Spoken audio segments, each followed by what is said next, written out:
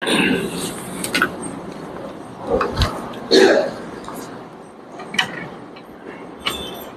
لله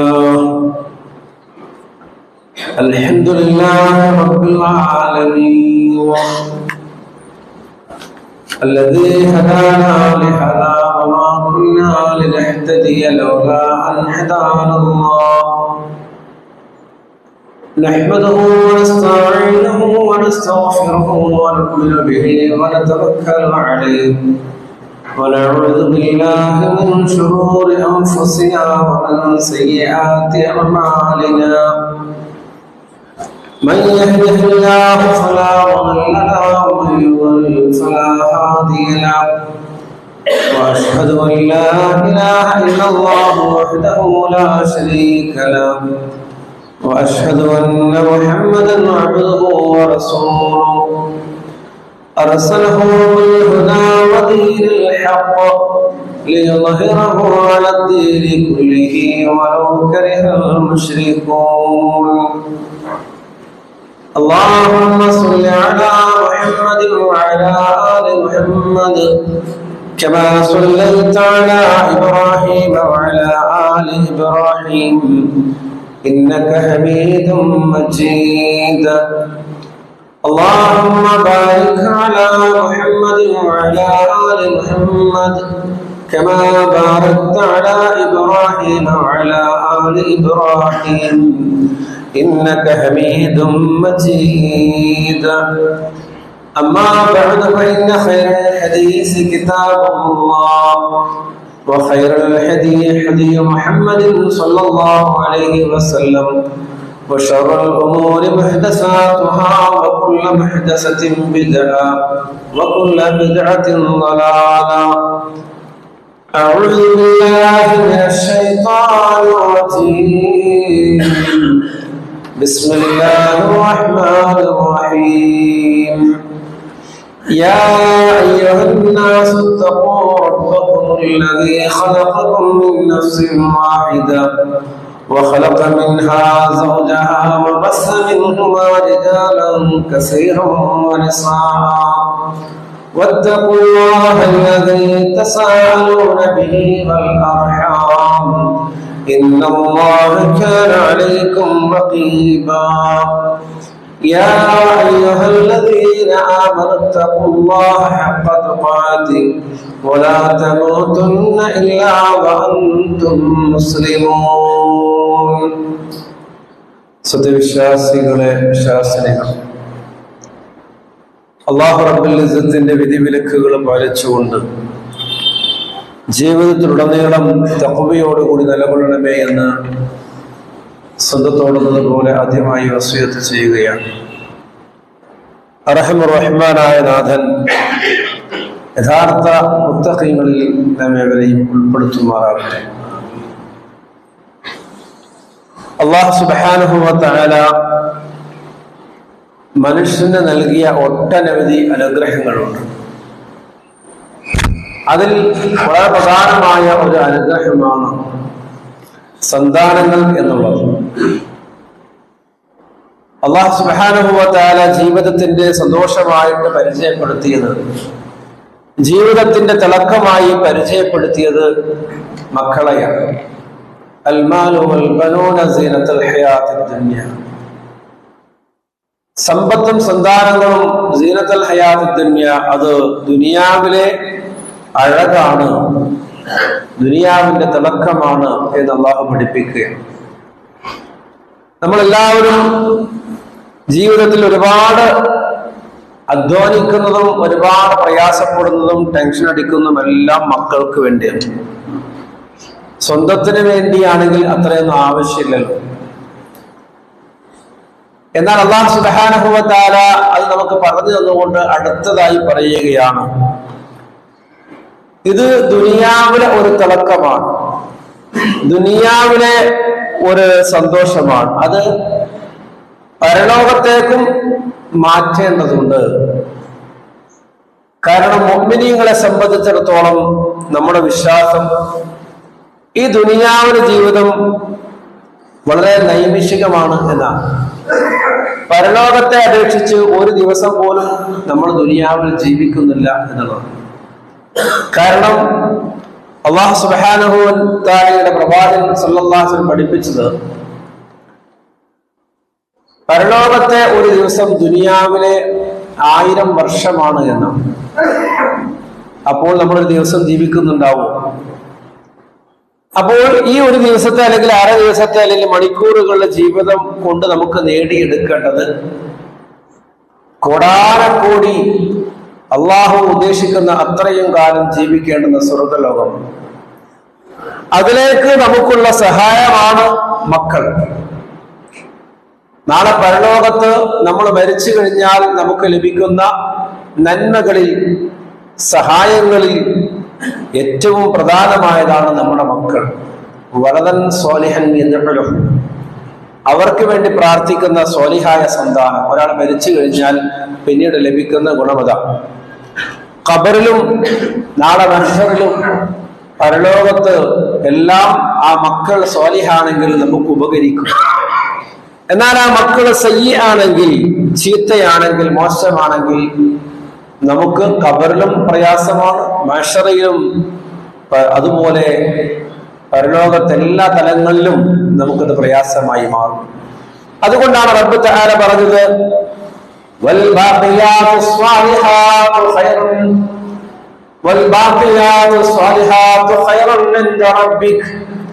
നിന്റെ രക്ഷിതാവിന്റെ അടുക്കൽ ബാഖിയാകുന്നത് സ്വാലിഹായ സൽക്കർമ്മങ്ങളാണ്. ആ സമ്പത്തും സന്താനങ്ങളെയും വെച്ച് ഈ ദുനിയാവിൽ ചെയ്യാവുന്ന നന്മകളൊക്കെ ചെയ്തോ, നന്മയുടെ മക്കളാക്കി, നന്മയുടെ മുമ്പിൽ പ്രവർത്തിക്കുന്ന, നന്മയ്ക്ക് വേണ്ടി നിലനിൽക്കുന്ന മക്കളാക്കി ആ മക്കളെ മാറ്റിയാൽ അത് നിനക്ക് ദുനിയാവിനും ആഖിറത്തിനും റബ്ബിന്റെ അടുക്കൽ ഖൈറാണ്, അത് പ്രതിഫലാർഹവുമാണ്. ഖൈറൻ അമലാ, ദുനിയാവിൽ ജീവിക്കുമ്പോഴും ജീവിതത്തിന് ശേഷവും നിനക്ക് ഏറ്റവും ഉത്തമമായ പ്രതീക്ഷ നൽകുന്നതുമാണ് ആ മക്കൾ. അപ്പോൾ മക്കൾ ദുനിയാവിലും ആഖിറത്തും നമ്മുടെ പ്രതീക്ഷയാണ്, നന്മയാണ്, പ്രതിഫലമാണ് എന്നെല്ലാം റബ്ബ് തആല നമ്മോട് പറയും. ആ മക്കളെ സ്വാലിഹാക്കി കഴിഞ്ഞാൽ എന്ന്. ഇത് അവധിക്കാലമാണ്. വിദ്യാർത്ഥികൾക്ക്, കുട്ടികൾക്ക് എല്ലാവർക്കും, എല്ലാ തലങ്ങളിലുള്ളവർക്കും അവധി ലഭിച്ചിരിക്കുന്ന ഒരു വിശ്രമകാലം. അപ്പോൾ മക്കളെ നമ്മള് ദുനിയാവിലും ആഖിറത്തിലും എല്ലാവർക്കും ഇഷ്ടപ്പെടുന്ന നല്ല മക്കളാക്കി മാറ്റാൻ നമുക്ക് ലഭിക്കുന്ന അവസരങ്ങളിൽ അവസരമാണിത്. അവധിക്കാലം പ്രശ്നമല്ല, പക്ഷേ അനുഗ്രഹമാണ്. എന്നാൽ അശ്രദ്ധമായാൽ അത് നമുക്ക് പ്രശ്നമായി മാറുകയും ചെയ്യും. അല്ലാഹു സുബ്ഹാനഹു വ തആല നമുക്ക് നൽകിയ അനുഗ്രഹങ്ങളുടെ കൂട്ടത്തിൽ റസൂൽ സല്ലല്ലാഹു പഠിപ്പിച്ചു, നിഅമതാനി മഖ്ബൂനു ഫീഹിമാ കസീറുൻ മിനൻ നാസ്, അധികം ആളുകളും മറന്നു കളയുന്ന 2 അനുഗ്രഹങ്ങളുണ്ട്. ഒന്ന് അസ്വിഹത്തു വൽ ഫറാ, ആരോഗ്യമാണ്. 2 വൽ ഫറാ, ഒഴിവ് സമയമാണ്, അവധിക്കാലമാണ് എന്ന്. കുട്ടികൾക്കാണെങ്കിലും മുതിർന്നവർക്കാണെങ്കിലും അല്ലാഹു നൽകുന്ന ഒരു അനുഗ്രഹമാണ് ജോലിത്തിരക്കില്ലാത്ത ഒഴിഞ്ഞ സമയം കിട്ടുക എന്നത് അള്ളാഹുവിന്റെ അനുഗ്രഹമാണ്. എങ്കിൽ അത് അനുഗ്രഹമാക്കി മാറ്റണം. അത് ശാപമോ അല്ലെങ്കിൽ അത് ദുരന്തമോ ആക്കി മാറ്റുന്നവരാണ് ഇന്ന് അധികവും നമുക്ക് കാണാൻ കഴിയുന്നത്, ഒഴിവ് സമയങ്ങൾ. അതുകൊണ്ട് തന്നെ നാം മനസ്സിലാക്കുകയും നമ്മുടെ മക്കൾക്ക് മനസ്സിലാക്കി കൊടുക്കുകയും ചെയ്യേണ്ടത്, സമയം അത് വളരെ വിലപ്പെട്ടതാണ്. അതിനെക്കുറിച്ച് അല്ലാഹു ചോദ്യം ചെയ്യും എന്ന ബോധം അവർക്കുണ്ടാക്കണം. റസൂലുള്ളാഹി സ്വല്ലല്ലാഹു അലൈഹി വസല്ലം സ്വഹാബത്തിനോട് റസൂലുള്ളാഹി പറയുകയുണ്ടായി, നിങ്ങൾ സമ്പാദിക്കുക, സ്വായത്തമാക്കുക, ഖംസൻ ഖബല ഖംസ്, 5 കാര്യങ്ങൾ വരുന്നതിന് മുമ്പുള്ള 5 കാര്യങ്ങൾ. എന്താണത്? ശബാബക ഖബല ഹറമുക, നിങ്ങളുടെ വാർദ്ധക്യം പിടിപെടുന്നതിന് മുമ്പ് നിങ്ങൾക്കുള്ള യുവത്വമുണ്ടല്ലോ, ആ യങ് സ്റ്റേജ്, അത് നിങ്ങൾ മുതലാക്കിക്കോ, നന്മകളിൽ വർദ്ധിപ്പിച്ചോ, ചെയ്യാവുന്ന അത്രയും നന്മകൾ ചെയ്തോ. പ്രായമായാൽ പിന്നെ യുവാക്കൾക്ക് ചെയ്യാൻ കഴിയുന്ന നന്മകൾ ചെയ്യാൻ കഴിയില്ല. വസുഹ്ഹതിക ഖബല സഖമിക, നിന്റെ രോഗം നിന്നെ പിടികൂടുന്നതിന് മുമ്പുള്ള ആരോഗ്യ സമയമുണ്ടല്ലോ, എപ്പോഴാണ് എന്ത് രോഗാന്ന് പറയാൻ പറ്റൂല. പേരറിയാത്ത, മരുന്നില്ലാത്ത എന്തെല്ലാം രോഗങ്ങളാണെന്ന് നമ്മൾ ഇങ്ങനെ കേട്ടുകൊണ്ടിരിക്കുന്നു. എപ്പോൾ ആർക്ക് എന്ത് രോഗം പിടികൂടുന്നു പറയാൻ പറ്റില്ല. അതുകൊണ്ട് ആരോഗ്യമുള്ള സമയം നീ ഉപയോഗപ്പെടുത്തിക്കോ. നിനക്ക് നിന്റെ സമ്പത്ത് നശിച്ചു പോകുന്ന, നിന്റെ ദാരിദ്ര്യം പിടികൂടുന്നതിന് മുമ്പ് നിനക്ക് ലഭിച്ച ഐശ്വര്യമുണ്ടല്ലോ, ഓരോരുത്തർക്കും ഓരോ അളവിലാണ്. അതുകൊണ്ട് എന്താണോ നിന്റെ കയ്യിലുള്ളത് അത് നഷ്ടപ്പെടുന്നതിന് മുമ്പ് നീ അമലുകൾ ചെയ്തു, നന്മകൾ ചെയ്തു ആ സമ്പത്ത് കൊണ്ട്. അപ്പോൾ സമയം കൊണ്ട്, ആരോഗ്യം കൊണ്ട്, പ്രായം കൊണ്ട്, അതേപോലെ നീ സമ്പത്ത് കൊണ്ടും നിനക്ക് ജോലി തിരക്ക് ഉള്ളതിന്റെ മുമ്പ് തീരെ സമയം കിട്ടാതെ ആകെ പ്രയാസപ്പെടുന്ന പല ആളുകളുമുണ്ട്. ജോലി തിരക്ക് അല്ലെങ്കിൽ മറ്റ് പലതരത്തിലുള്ള തിരക്കുകളായിട്ട്. അതുകൊണ്ട് ഇതിനിടയിലോ അല്ലെങ്കിൽ ഇതിന് മുമ്പോ പിന്നോക്കെ ആയി കിട്ടുന്ന ഒഴിവ് സമയങ്ങളുണ്ടല്ലോ, അത് ഉപയോഗപ്പെടുത്തിക്കോ.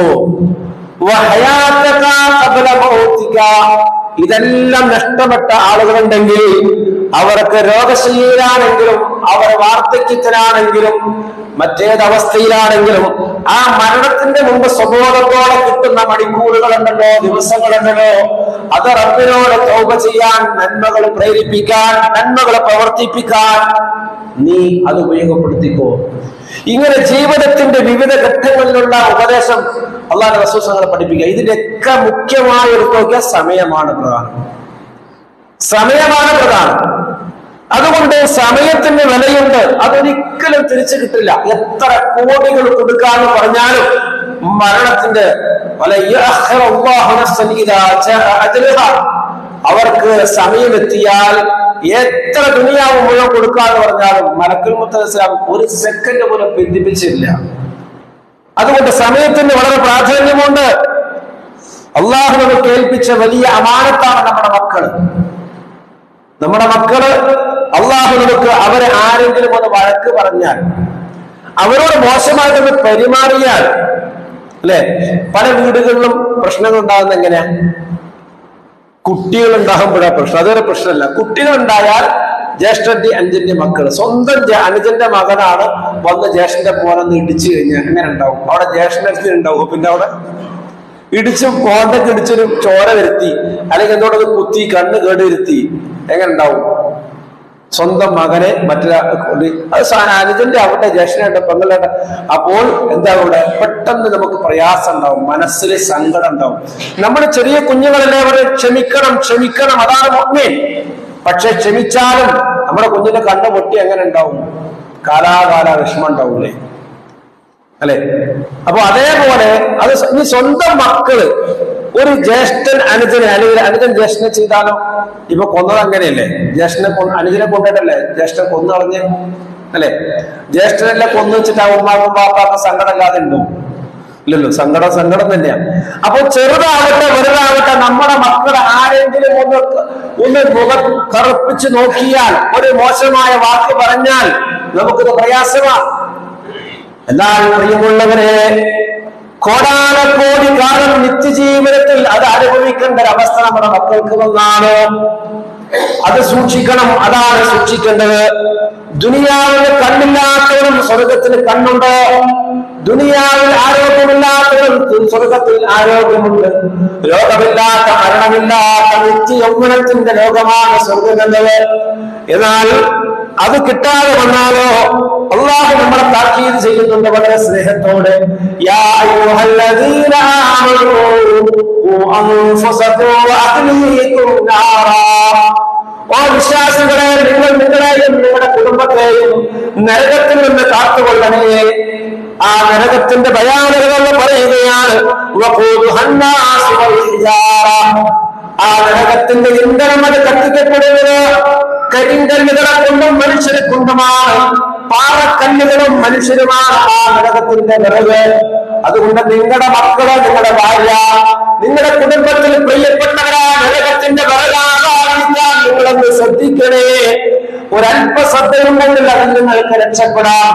എന്നിട്ട് ആ നരകത്തിന്റെ അവസ്ഥ വിശദീകരിക്കുകയാണ്. ആ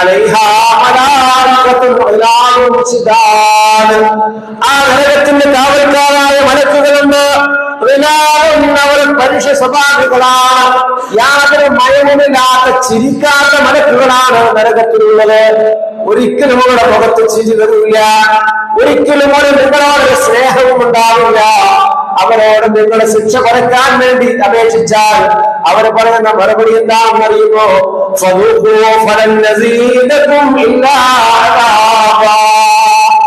നിങ്ങൾ അനുഭവിച്ചോ, ധാരാളം ചാൻസ് റബ്ബ് ദുനിയാവിൽ തന്നില്ലേ, ശിക്ഷയില്ലാതെ മറ്റൊന്നും നിങ്ങൾക്ക് അധികരിപ്പിച്ചു തരാനില്ല എന്ന് പറഞ്ഞ് ശിക്ഷ കൂട്ടുകയെന്നാൽ ആ മലക്കുകളെ കുറയ്ക്കുകയില്ല.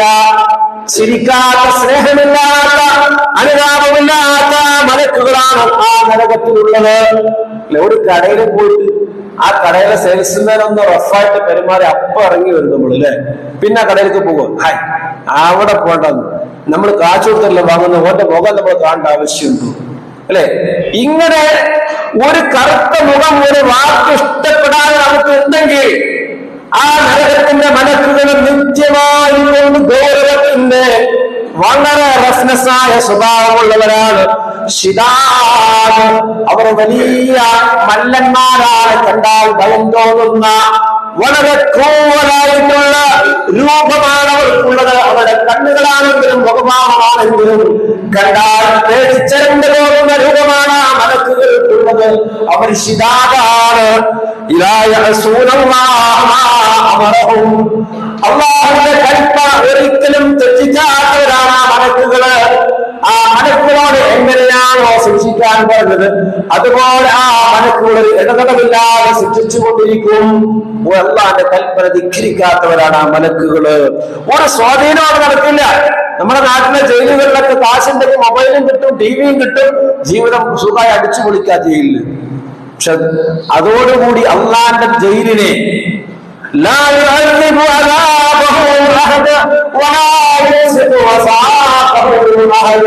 ദുനിയാവിന്റെ ജയിലിൽ നിങ്ങൾ നരകത്തിന്റെ തുല്യമാകരുത്.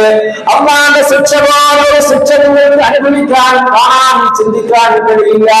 നിങ്ങളുടെ മനസ്സിന് ചിന്തിക്കാൻ കഴിയാത്ത ശിക്ഷകളാണ് ആ നരകത്തിലുള്ളത്. ആ മലക്കുകൾ കെട്ടിയിടുന്നത് പോലെ കൂച്ചുകളെ കെട്ടുകൊണ്ട് കഴുത്തിന്റെ പെട്ടിയും കാലും കൂട്ടിക്കെട്ടിയിട്ട് നട്ടല് പൊട്ടിച്ചുകൊണ്ട് നരകത്തിലേക്ക് കയറുണ്ട്. സഹോദരന്മാരെ, വല്ലാത്ത അവസ്ഥയായിരിക്കും അത്. രക്ഷപ്പെടാൻ കഴിയൂല. വല്ലാത്ത അവസ്ഥയാ നരകം. നമ്മുടെ മക്കൾ ആ അവസ്ഥയിൽ എത്തിപ്പെട്ടാലോ? അതുകൊണ്ടുള്ള പറയുകയാണ് സ്നേഹത്തോടെ, നിങ്ങൾ നിങ്ങളുടെ നിങ്ങളെയും നിങ്ങളുടെ കുടുംബക്കാരെയും ഇങ്ങനെയുള്ള നരകത്തിൽ നിന്ന് നിങ്ങളെ കാത്തുകൊള്ളണേ അല്ലെ. എന്തൊരു സുഖമാണ് ജീവിതം. ഇസ്ലാം അനുസരിച്ച് ജീവിക്കുകയാണെങ്കിൽ എന്തെങ്കിലും വേണ്ടെന്ന് പറയുന്നുണ്ടോ? അല്ല, തിന്നണ്ടാന്നോ, കുടിക്കണ്ടെന്നോ, യാത്ര പോണ്ടെന്നോ, വാഹനം വേണ്ടെന്നോ, വീട് വേണ്ടെന്നോ, എന്തിനും പറയുന്നില്ല. എല്ലാം ഒരു മാനുഷികമായ സംസ്കാരത്തിൽ കളിച്ചറിൽ നിന്നുകൊണ്ട്, അള്ളാഹു അനുവദിച്ച രീതിയിൽ നിന്നുകൊണ്ട് നിങ്ങൾക്ക് അനുഭവിച്ചോ. അതിനപ്പുറത്തേക്ക് ചാടുന്നവർക്കുള്ളതാണ്. അള്ളാഹു എല്ലാം തന്നിട്ട് അത് അനുഭവിക്കാൻ അള്ള പറഞ്ഞതിന് അപ്പുറത്തേക്ക് ചാടുന്നവർക്കുള്ളതാണ് ആ നരകം എന്ന് പറയുന്നത്. അതുകൊണ്ട് നമ്മുടെ മക്കൾക്ക് നന്നാവണമെങ്കിൽ ഒന്നാമതായിട്ട് നമ്മൾ മാതൃകയാവണം. മക്കള് മാത്രം നമ്മൾ മാതൃകയാവണം, മോഡലാവണം നമ്മൾ അല്ലെ. ഉപദേശകർ മാത്രമായി നമ്മൾ മാറാൻ പാടില്ല. കുട്ടികള് നമ്മുടെ ഞായറാഴ്ച ആണെങ്കിൽ നമുക്ക് സുബഹി ലീവാണ്. ഞായറാഴ്ച പലർക്കും സുബഹി ലീവാ. എന്നിട്ട് ആ കുട്ടികളോട് പറയുന്ന സുബഹി നിസ്കരിക്കണം മക്കളെ. കുട്ടികൾ ഞായറാഴ്ച ചിലപ്പോ നേരത്തെ വിളിച്ചു വരും, പക്ഷെ വാപ്പിന്ന് പറഞ്ഞുകൊണ്ട് അവരുറങ്ങും അല്ലെ. നമുക്ക് ഒഴിവ് കിട്ടിയാൽ നമ്മൾ എന്താ ചെയ്യുന്നത്? അതാണ് മക്കളെ നോക്കുക. അതുകൊണ്ട് തന്നെ അവർക്ക് മാതൃകയാവണം. മക്കളോട് ഖുർആനാകണം, മക്കളെ പഠിക്കണം മക്കളെ എന്ന് പറയും. വാപ്പയും ഖുർആൻ കൈകൊണ്ട് തൊടൂല്ല അല്ലെ. രാത്രിയിൽ മഗ്‌രിബിന് ശേഷം വാപ്പയും ഉമ്മയും ഒഴിവ് കിട്ടുമ്പോഴൊക്കെ വാപ്പാന്റെ ഉമ്മാന്റെ കയ്യിൽ ഖുർആൻ കാണാണെങ്കിൽ മക്കൾക്ക് അത് കളിച്ചത് വരും. വാപ്പാന്റെ ഉമ്മാന്റെ ഖുർആൻ മക്കൾ കാണില്ല, പിന്നെ മക്കളോട് അതാ പറയാം ഇങ്ങനെ. അപ്പൊ വാപ്പ എന്നുള്ള അധികാരത്തിലാണ്, റാഗിങ് ആയിട്ട് അത് കണക്കാക്കുള്ളൂ അല്ലെ. അതേപോലെ നമസ്കരിക്കാൻ കൽപ്പിക്കുന്നവർ നമസ്കരിക്കണം. മക്കളെ കൂട്ടിയിട്ട് ഒഴിവ് കിട്ടുമ്പോ ഒരു വക്കത്തിനാണ് വീടുള്ളതെങ്കിൽ ഞാനിപ്പോ ജോലിക്ക് നിന്ന് ആകെ ഒരു ലീവ് കിട്ടി, ഒരു നേരം, ഇനിയിപ്പോ പള്ളിയിലൊന്നും പോണില്ല. എങ്ങനെയുണ്ട് വാപ്പ? പിന്നെ പോണെങ്കിലും ശരിയാവാ, പോണെങ്കിലും ശരിയാവാ. ഒരു നേരം ഒഴിവ് കിട്ടിയാൽ സുബഹിക്ക് വീട്ടിലില്ലാത്തൊരു വളരെ കുറവല്ലേ. വിദേശത്ത് പോയി ഇപ്പൊ നാട്ടിൽ നിന്ന് ഇവിടെ നിന്ന് ജീവിക്കുന്നവരൊക്കെയാണ് ബാച്ചലർ ജീവിക്കുന്നവർക്ക് സുബി നാട്ടിലുണ്ടാകും. അല്ലാത്തവരൊക്കെ കുടുംബത്തിലെ കിടന്നുറങ്ങുന്ന സുബിഹിക്കാൻ മക്കളെയും കൊണ്ടുവന്ന് പോയി നോക്കാം. അൽഹംദുലില്ലാ ഞാന് കേരളത്തിലെ സ്ഥലത്ത് പോയി. അപ്പൊ ഇവിടെ പേര് പറഞ്ഞ ഞങ്ങള് മറ്റെന്തെങ്കിലും വിചാരിക്കുന്നതോട് ഞാൻ പറയുന്നില്ല. അവിടെ പോയപ്പോ സുബിഹിക്ക് പള്ളിയിൽ പോയപ്പോഴേ ജുമാക്കുള്ള അത്ര സ്ത്രീകൾ സുബിഹിക്കുണ്ട്. വല്ലാത്ത സന്തോഷം തോന്നി എനിക്ക്. അപ്പോൾ അങ്ങനെ ആളുകളുണ്ടാവും, മക്കളും അത് ശീലിക്കും. അതുകൊണ്ട് കുടുംബസമേതം അടുത്ത പള്ളികൾ ഉണ്ടാവുന്നത് ചെയ്യണം. മക്കളെയും കൊണ്ടുപോയി നിസ്കരിച്ചിട്ട് അവർ നിസ്കരിക്കുന്നവരായി മാറും. മുമ്പ് ഞാൻ ഖുതുബ പറഞ്ഞിരുന്ന പള്ളിയിൽ ഒരു സഹോദരനുണ്ട്, അദ്ദേഹം മരണപ്പെട്ടു. അല്ലാഹു മഗ്ഫിറത്തും റഹ്മത്തും കൊടുക്കട്ടെ. ആ പള്ളിയുടെ പ്രസിഡന്റ് ആയിരുന്നു. അദ്ദേഹത്തിന് ഞാൻ അന്ന് കാണുന്ന സമയത്ത് 75 വയസ്സാണ്. അദ്ദേഹം പറയുന്നത് 4 വയസ്സിൽ തുടങ്ങിയതാണ് സുബ്ഹി നമസ്കാരം. 4 വയസ്സ്. പള്ളിയിലെ ഉസ്താദ് ചോദിക്കും അത്രേ, ഈ കുട്ടിയെ സുബീഹിന് കൊണ്ടുപോ, കുട്ടി ഇങ്ങനെ വിറക്കും, ചെറിയ കുട്ടിയല്ലേ. അപ്പൊ വാപ്പടി എന്തിനാണ് 7 വയസ്സായിട്ടല്ലേ കൊണ്ടുവന്നാ പറയും 4 വയസ്സിൽ. 7 വയസ്സാകുമ്പോ ഞാൻ ഉണ്ടാവുന്നത് ഉറപ്പ്, അവനിക്ക് എന്തെങ്കിലും കുഴപ്പം കാണണ്ട, അത് സ്വട്ടറിട്ട് കൊടുത്താൽ ശരിയാവും. അങ്ങനെ 4 വയസ്സ് മുതൽ സുബ്ഹിക്ക് നിസ്കരിപ്പിച്ചു. 75 വയസ്സായ ആ സഹോദരൻ പറയാണ്, ഇന്ന് വരെ ഒന്നുകിൽ ഞാൻ ഉറങ്ങിപ്പോകൽ വളരെ കുറവാ, എനിക്ക് എന്തെങ്കിലും എണിക്കാൻ വയ്യാത്ത രോഗം ഉണ്ടെങ്കിൽ അല്ലാതെ ഞാൻ സുബി എനിക്ക് എണ്ണാൻ പറ്റും ഒരു വർഷത്തിൽ എത്ര സുബി നഷ്ടപ്പെടുന്നുണ്ട്. അത്രയും ഞാൻ എന്റെ വാപ്പ അന്ന് എന്നെ ശീലിപ്പിച്ചതാണ്. അപ്പൊ അതേപോലെ മക്കളെ എന്ത് ചെയ്യണം? 4 വയസ്സില്ലെങ്കിലും അള്ളാഹു റസൂൽ പറഞ്ഞു 7 വയസ്സായാലും പള്ളി കൊണ്ടുപോയി കൂടെ ഒന്ന് നിസ്കരിപ്പിച്ച് ശീലിപ്പിച്ചൂടെ? അതുകൊണ്ട് 12-13 വയസ്സായ മക്കളെ നിങ്ങൾ അവരെ ഉണരുമോ എന്ന് ഭയപ്പെട്ട് മെല്ലെ ബോറടച്ചുകൊണ്ട് ഉറങ്ങാൻ സൗകര്യം ചെയ്തുകൊണ്ട് പള്ളിയിലേക്ക് പോകുന്നു. നരകത്തിന്റെ വാതിലാണ് അവർക്ക് നിങ്ങൾ തുറന്നു കൊടുക്കുന്നത്. ആ മക്കള് ജീവിതത്തിൽ നിസ്കാരം ശീലിക്കാൻ പ്രയാസമാണ്. ചെറുപ്പത്തിൽ ശീലിച്ചിട്ടില്ല എങ്കിൽ വലിയ പ്രയാസമാണ്. അതുകൊണ്ട് തന്നെ അള്ളാഹുവിന്റെ റസൂൽ സല്ലല്ലാഹു അലൈഹി വസല്ലം പഠിപ്പിച്ച കാര്യങ്ങൾ നമ്മൾ ശീലിക്കണം. ഷെയ്ഖ് ഇബ്നു ഉസൈമീൻ അള്ളാഹു പറയുകയുണ്ടായി, നിങ്ങൾ നിങ്ങളുടെ മക്കളെ അവരുടെ സംസാരത്തിലും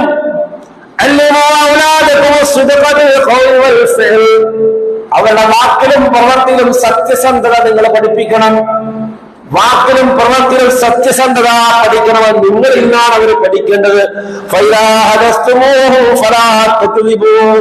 അവര് സംസാരിക്കുകയാണെങ്കിൽ കളവ് പറയാത്ത, നുണ പറയാത്തൊരു സ്വഭാവത്തിൽ സംസാരിക്കാൻ പഠിപ്പിക്കണം. അതുപോലെ അവർ വല്ല കരാറുകളും ചെയ്താൽ, അതായത് അവരോട് സംസാരിക്കുമ്പോ, നിങ്ങൾ ആ കുട്ടികളോട് സംസാരിക്കുമ്പോൾ നിങ്ങൾ കളവ് പറയാൻ പാടില്ല. പറയാൻ ആ കുട്ടികളോട് നിങ്ങൾ സംസാരിക്കുമ്പോ നുണ പറയരുത്. അവർക്ക് മനസ്സിലാവുന്നത് വാപ്പനുസരിച്ച് ഉണ്ടായതൊക്കെ വാപ്പ പറഞ്ഞെന്ന് പറയുന്നത് അവർക്ക് അറിയാം. കളവ് പറയരുത് മക്കളോട് സംസാരിക്കുമ്പോ. അതുപോലെ അവരോട് വല്ല വാഗ്ദാനങ്ങൾ നിങ്ങൾ ചെയ്താൽ അത് പാലിക്കണം, ലംഘിക്കാൻ പാടില്ല. ലംഘിച്ച കുട്ടികളുമാണ്. അപ്പോ നമുക്ക് പറ്റുകയാണെങ്കിൽ പാലിക്കണമെന്നൊന്നുമില്ല. കുട്ടികളുടെ ശീലം മാറും. കളവ് പറയലും അതുപോലെ ആളുകളെ ചതിക്കൽ സ്വഭാവമായിട്ട് മാറും എന്നുള്ളതാണ്. അതുകൊണ്ട് തന്നെ നമ്മള് സന്താനങ്ങളെ മര്യാദ പഠിപ്പിക്കുമ്പോ ആ ആളുകള് മക്കളുടെ പ്രഥമമായ സംസ്കരണം നമ്മുടെ സ്വന്തം നന്നാകുന്നതിലാണ്. അതുപോലെ നിശ്ചയമായും അവരുടെ കണ്ണുകള് നിങ്ങൾക്ക് മേൽ കെട്ടിയിട്ടിരിക്കുകയാണ്. അവരുടെ അടുക്കലെ നിങ്ങൾ നന്മ എന്ന് പറയുന്നത് നിങ്ങൾ ചെയ്യുന്ന നന്മകളാണ് അവരുടെ നന്മ, നിങ്ങൾ ചെയ്യുന്ന തിന്മകളാണ് അവരുടെ തിന്മ. അതൊക്കെ മക്കളെങ്ങനെ കണ്ട് പഠിച്ചുകൊണ്ടിരിക്കുകയാണ്. അപ്പോൾ അങ്ങനെ ഒരു ചിന്താഗതി നമുക്കുണ്ടാവുകയും മക്കളുടെ കാര്യത്തിൽ മക്കളോട് വളരെ ജാഗ്രതയോടുകൂടി പെരുമാറുകയും ചെയ്യണം. അതുപോലെ തന്നെ മക്കളുമായിട്ട് നമ്മൾ സമ്പർക്കമുണ്ടാകണം. സോഷ്യൽ മീഡിയകളൊക്കെ മക്കൾ ഉപയോഗിക്കുമ്പോൾ തടയാൻ പാടില്ല, നിയന്ത്രിക്കണം. തടഞ്ഞാൽ അത് കൂടുള്ളൂ. നിയന്ത്രിക്കണം. എങ്ങനെ ഉപയോഗിക്കണമെന്ന് മക്കൾക്ക് സ്നേഹത്തോടെ പറഞ്ഞു കൊടുക്കണം. മൊബൈൽ തരൂല, അത് തരില്ല, അങ്ങനല്ല, അത് നടക്കൂല. അന്നത്തെ കാലത്ത് കുട്ടികളെ കിട്ടുന്നവർക്ക് എടുക്കും. പിന്നെ അതിനു വേണ്ടിയിട്ടായിരിക്കും എന്തുണ്ടാവുക, കുട്ടികൾ മറ്റു വല്ല ചതിയിലും പോയി പെടുക. മൊബൈൽ കൊടുത്തായിരിക്കും നമ്മുടെ മൊബൈൽ കൊടുത്തോ. പക്ഷെ ആ മൊബൈൽ എങ്ങനെ ഉപയോഗിക്കണമെന്ന് കുട്ടികൾക്ക് സംസ്കാരം ഉണ്ടാക്കി കൊടുക്കുക. മക്കളുമായി ചങ്ങാത്തം കൂടി അവർക്ക് ഉപദേശിച്ചിട്ട് അവർ നല്ല രീതിയിൽ ഉപയോഗിക്കുന്ന അവസ്ഥ, അതിന് ചീത്തയായി ഉപയോഗിച്ചാണ് ദോഷങ്ങളൊക്കെ സ്നേഹത്തോടെ അവർക്ക് പറഞ്ഞു കൊടുക്കണം. കുട്ടികൾക്ക് ചെറുപ്പത്തില് ഭക്ഷണം കഴിക്കില്ലെങ്കിൽ അപ്പം വെച്ചു കൊടുക്കുക ഡിസ്കോ പാട്ടോ അല്ലെങ്കിൽ സിനിമാ പാട്ടോ വെച്ചു കൊടുക്കുക, പിന്നെ മക്കളെങ്ങനെ ഒന്നാവും? എടോ, അതിൽ തന്നെയല്ലേ ദീനിയായ അവരെ ആകർഷിക്കാവുന്ന നല്ല ഇസ്ലാമികമായ കാര്യങ്ങൾ പഠിക്കാനുള്ള പാട്ടുകൾ അതിലില്ലേ? അത് കേൾപ്പിച്ചൂടെ? ആ കുട്ടികളത് പഠിപ്പിച്ചൂടെ? അപ്പൊ രണ്ടും നടന്നില്ലേ? അതുകൊണ്ട് നമ്മൾ ഉപയോഗിക്കുന്നിടത്താണ് ആ സംസ്കാരം. ആ മക്കൾക്ക് ജീവിതത്തിന്റെ എല്ലാ തലങ്ങളിലും അള്ളാഹുവിനെ കുറിച്ച് ഭയവും സ്നേഹവും ഉണ്ടാക്കണം. മഹാനായ ലുഖ്മാൻ അലൈഹിസ്സലാം തന്റെ പിഞ്ചുകുഞ്ഞിനോട്, ചെറിയ മോനോട് ഉപദേശിച്ച രംഗങ്ങള് സൂറത്തുൽ ലുഖ്മാൻ നമുക്കല്ല പറഞ്ഞു തരുന്നുണ്ട്. യാ ബുനയ്യ ഇന്നഹാ യൂതതു മിസ്മാല ഹബ്ബത്തിൻ മിൻ ഖർദൽ, എന്റെ കുഞ്ഞുമോനെ, ഒരു കടുകുമണിയോളം അല്ലെങ്കിൽ നിസ്സാരമായ കാണാൻ കഴിയാത്ത അണുവിന്റെ അത്രയും തിന്മകള്, ചെറിയ തിന്മയാണെങ്കിലും ശരി, നീ അത് ചെയ്താൽ, അത് നീ ചെയ്യുന്നത് അതൊരു പാറക്കെട്ടിന്റെ ഏതെങ്കിലും ടണലിന്റെ ഉള്ളിൽ മടയുടെ അടിവാരത്തിൽ പോയി ആരെയും കാണാൻ നീ ചെയ്താലും, അല്ലെങ്കിൽ ആകാശലോകത്ത് വെച്ചുകൊണ്ട് ചെയ്താലും, അല്ലെങ്കിൽ ഭൂമിയിൽ എവിടെ വെച്ച് നീ ഒരു ചെറിയ തിന്മ ചെയ്താലും, എല്ലാവരും കാണുന്ന അവസ്ഥയിൽ അത് പ്രത്യക്ഷമായി കൊണ്ടുവന്ന് നിന്നെ വഷളാക്കും. മോനെ, ആരൊക്കെ കാണണ്ടാകുമെന്ന് വിചാരിക്കുന്നതോ അവരെല്ലാം പഠിച്ചവൻ കാണിക്കും. അതുകൊണ്ട് അല്ലാഹു കാണാതെ ഒന്നും ചെയ്യാൻ കഴിയില്ല. ഈ ഒരു ചിന്ത ഇത് ഒറ്റടിക്കുണ്ടാവൂല. പടിപടിയായിട്ട് മക്കളെ ഇങ്ങനെ എപ്പോഴും ഇങ്ങനെ നമ്മൾ നാടൻ ഭാഷയിൽ പറഞ്ഞ പുട്ടിന് തേങ്ങട്ട് കൊടുക്കും പോലെ ഇടക്കിടക്ക് ഇങ്ങനെ ഇസ്ലാമികമായ ചിന്തകളും അധ്യാപനങ്ങളും മക്കൾക്ക് ഇങ്ങനെ. ഇതിന് ഉസ്താദും വേണ്ട. ഉസ്താദിനൊക്കെ 1 മണിക്കൂർ 2 മണിക്കൂറോ പഠിപ്പിക്കാനേ കഴിയൂ. അത് പ്രാക്ടിക്കലായി ഏറ്റവും വലിയ ഉസ്താദുമാര് മാതാപിതാക്കളാണ്. അതുകൊണ്ട് മക്കളുമായി അങ്ങനെ ബന്ധമുണ്ടാവണം. അതുപോലെ ടൈം മാനേജ്മെന്റ് നമ്മളെ പഠിപ്പിക്കണം. സമയം വെറുതെ ചെലവഴിക്കുന്ന ധാരാളം കുട്ടികളുണ്ട്. സമയം വളരെ വിലപ്പെട്ടതാണ്. റബ്ബ് ചോദിക്കുമെന്നും നന്മയ്ക്ക് വേണ്ടിയിട്ട് തന്റെ ഫ്യൂച്ചർ ഡെവലപ്മെന്റിന് വേണ്ടി, ദുനിയാവിലെയും പരലോകത്തിലെയും ഡെവലപ്മെന്റിന് വേണ്ടി എന്തെല്ലാം ചെയ്യണമെന്നുള്ളത് കുട്ടികൾക്ക് നമ്മൾ അതിന്റെ ചാൻസുകളും സന്ദർഭവും ഉണ്ടാക്കി കൊടുക്കണം. അതുപോലെ ആരാധനകൾക്ക് പ്രോത്സാഹനം നൽകണം. ഇങ്ങനെ ഈ വെക്കേഷൻ കാലയളവ് കുട്ടികളുമായി സമയം ചെലവഴിക്കണം. ടൂറിന് കുട്ടികൾ ഒറ്റയ്ക്ക് വിടരുത്. മിക്കവാറും മെച്ചൂറാകാത്ത വലിയ കുട്ടികളല്ലാത്ത ചെറിയ കുട്ടികളൊന്നും ഒറ്റയ്ക്ക് ടൂറിന് വിടരുത്. ആ കുട്ടികളെ കൂട്ടിയിട്ട് എന്ത് ചെയ്യണം? നിങ്ങൾ ടൂറിന് സമയം കണ്ടെത്തണം. കുട്ടികളെയും കൂട്ടി ടൂറ് പോകണം. നിങ്ങള് അള്ളാഹു വിശുദ്ധ ഖുർആനിൽ പറഞ്ഞു, നിങ്ങൾ ഭൂമിയെ സന്ദർശിക്കൂ. ഭൂമിയിൽ അള്ളാഹുയുടെ സൃഷ്ടിപ്പും കാര്യങ്ങളൊക്കെ മനസ്സിലാക്കാൻ നല്ല നല്ല വ്യൂസുകളും നല്ല മനസ്സിന് കുളിര് പകർന്നതൊക്കെ അള്ള ഒരുക്കി വെച്ചിട്ടുണ്ട്. അതൊക്കെ പോയി കാണണം. കാണുമ്പോ മക്കളും നമ്മൾ അല്ലേ, അള്ളാഹുവേ, ഇതൊന്നും നീ വെറുതെ ഉണ്ടാക്കിയ സുബ്ഹാനക്, ഇതെല്ലാം ഉണ്ടാക്കിയ റബ്ബേ നീ എത്ര പരിശുദ്ധൻ. അങ്ങനെ ആ ആനന്ദത്തിനിടയിലും അള്ളാഹുവിനെ ഓർമ്മ വരുന്ന ടൂറ്. ഇടയ്ക്ക് പള്ളിയിൽ നിന്ന് നമസ്കരിക്കുക, അല്ലെങ്കിൽ എവിടെ സ്ഥലം കിട്ടുക കുടുംബമായി നമസ്കരിക്കുക, ഒന്നിച്ചിരുന്ന് ഭക്ഷണം കഴിക്കുക. അതിലൊക്കെ മക്കൾ നിങ്ങളുമായി ഒരുപാട് അടുക്കും. ഒരുപാട് സ്നേഹം ഉണ്ടാവും മക്കൾക്ക്. അങ്ങനെ കുട്ടികളുമായി സമയം ചെലവഴിക്കാൻ നമ്മൾ കണ്ടെത്തണം. അല്ലാതെ വെക്കേഷന് വന്നപ്പോഴാണ് ഇനി ഖുർആൻ പഠിക്കാം, ഖുർആൻ ക്ലാസ്, അതൊക്കെ വേണം. പക്ഷെ അതോടൊപ്പം അതിന്റെ പ്രാക്ടിക്കലാണ് ഈ പറഞ്ഞ സംഗതികളൊക്കെ. പഠനത്തിന് സമയം കണ്ടെത്തണം. ധാരാളം പള്ളികളിലും സ്ഥാപനങ്ങളിലൊക്കെ വെക്കേഷൻ ക്ലാസ്സുകൾ ഉണ്ടാവും. ആ വെക്കേഷൻ ക്ലാസ്സുകളിലും കുട്ടികളെ പങ്കെടുപ്പിക്കണം. ആ വെക്കേഷൻ ക്ലാസ് കഴിഞ്ഞാൽ ഈ പറഞ്ഞ പോലുള്ള കുടുംബ സന്ദർശനം ഉണ്ടാകും. മക്കൾക്ക് കുടുംബ സ്നേഹം ഉണ്ടാക്കണം. കുടുംബ ബന്ധങ്ങൾ മഹത്വം മനസ്സിലാക്കി കൊടുക്കണം. റസൂലുള്ളാഹി സ്വല്ലല്ലാഹു അലൈഹി വസല്ലം വന്നൊരു സ്വഹാബി ചോദിച്ചു, നബിയെ, എനിക്ക് സ്വർഗം കിട്ടാനുള്ള ഒരു ഉപദേശം തരും. റസൂലുള്ളാഹി പറഞ്ഞു, നീ 5 നേരം കൃത്യമായി നിസ്കരിക്കുക, സക്കാത്ത് കൊടുക്കുക, നോമ്പെടുക്കുക, നിന്റെ കുടുംബ ബന്ധങ്ങളുമായി നീ ബന്ധം ഉണ്ടാവുക. സ്വർഗം കിട്ടാനുള്ള ഉപദേശം കൊടുത്തലാണ് കുടുംബ ബന്ധവുമായിട്ട്, അല്ലെ? ഇന്ന് കുട്ടികൾക്കൊന്നും കുടുംബ ബന്ധത്തിൽ പോകുന്നത് വളരെ ഇഷ്ടമല്ല. ഒന്നുകിൽ മാതാപിതാക്കൾ കൊണ്ടുവരില്ല, അല്ലെങ്കിൽ മക്കൾക്ക് ഇഷ്ടമല്ല കുടുംബ ബന്ധത്തിലേക്ക്. അതിന്റെ കാരണം പറയും. കുടുംബ ബന്ധത്തിന്റെ മഹത്വങ്ങൾ വീട്ടിൽ സംസാരിക്കണില്ല. സംസാരിക്കുകയാണെങ്കിൽ മൂത്താപ്പ അങ്ങനത്തെ ആളാണ്, അമ്മായി ഇങ്ങനത്തോളാണ്, ഇക്കാക്കാന്റെ മോൻ അങ്ങനെ, കുറ്റങ്ങളും കുറവുകളും മാത്രം മക്കളുടെ മുമ്പിൽ സ്വന്തം കുടുംബങ്ങളെ പറ്റി പറഞ്ഞാൽ ആ മക്കൾക്ക് കുടുംബത്തോട് വെറുപ്പാനുണ്ടാവുക. മറിച്ച് ആ കുടുംബങ്ങളുടെ സ്നേഹവും അവരുടെ ബന്ധവും അതിന്റെ മഹത്വവും ഇങ്ങനെ പറഞ്ഞിട്ട് ഇങ്ങനെ അവരെ ആശിപ്പിക്കണം. എളാപ്പാനെ കാണണം, അമ്മായിനെ കാണണം, അമ്മായിന്റെ മോളെ കാണണം. ഇങ്ങനെ കുട്ടികൾക്ക് കുടുംബങ്ങളെ കാണാനൊരു ആഗ്രഹം മനസ്സിലുണ്ടാക്കണം. എന്നിട്ട് അവരുമായി യാത്ര പോകണം ആ കുട്ടികൾക്കിലേക്ക്. അങ്ങനെ കുടുംബബന്ധം ഉണ്ടാക്കണം. കുടുംബബന്ധം ഉണ്ടായാൽ ദുനിയാവിൽ ആത്മബലമുണ്ടാവും, ധൈര്യമുണ്ടാവും മക്കൾക്ക് ജീവിക്കാൻ. എന്തെങ്കിലും പ്രശ്നം വരുമ്പോ എനിക്ക് എന്റെ കുടുംബം എന്നുള്ളത് ഒരു മനസ്സാന്നിധ്യം ഉണ്ടാവും, അള്ളാഹുവിന്റെ സഹായം ഉണ്ടാവും, ആയുസ് വർദ്ധിക്കും, സ്വർഗം കിട്ടും. ഇതെല്ലാം കുടുംബബന്ധങ്ങളെ കൊണ്ട് കിട്ടുന്നതാ. അപ്പൊ ഈ വെക്കേഷൻ സമയത്ത് കുടുംബബന്ധങ്ങളെ സന്ദർശിക്കാൻ, അത് ബാംഗ്ലൂരിലാണോ മൈസൂരാണോ അല്ലെങ്കിൽ ഡൽഹിയിലാണോ എവിടെയാണെങ്കിലും നിങ്ങൾ കുടുംബബന്ധം സന്ദർശിക്കാൻ ചെലവാക്കുന്ന പൈസ അള്ളാഹുവിന്റെ മാർഗത്തിലുള്ളതാ. നിങ്ങൾ വീട്ടിൽ നിന്ന് ഫ്ലൈറ്റിലോ ട്രെയിനിലോ കയറുമ്പോൾ ഒരു മലക്ക് നിങ്ങളുടെ കൂടെ കയറുക, അതിനുവേണ്ടി ഒരു മലക്ക് കയറും. നിങ്ങൾ തിരിച്ചു വരുന്നത് വരെ നിങ്ങൾ ശിർക്കും ബിദഅത്തും ഹറാമും ചെയ്തിട്ടില്ലെങ്കിൽ ആ മലക്ക് നിങ്ങളുടെ കൂടെ ഉണ്ടാവും, നിങ്ങൾക്ക് വേണ്ടി പ്രാർത്ഥിക്കാം. അത്ര വലിയ പുണ്യാണ്. അങ്ങനെ ഈ വെക്കേഷൻ കാലയളവ് നന്മകൾ വർദ്ധിപ്പിക്കാൻ, അറിവുകൾ വർദ്ധിപ്പിക്കാൻ, കുടുംബ ബന്ധങ്ങൾ സ്നേഹികൾ വർദ്ധിപ്പിക്കാൻ നാം ഉപയോഗപ്പെടുത്തണം.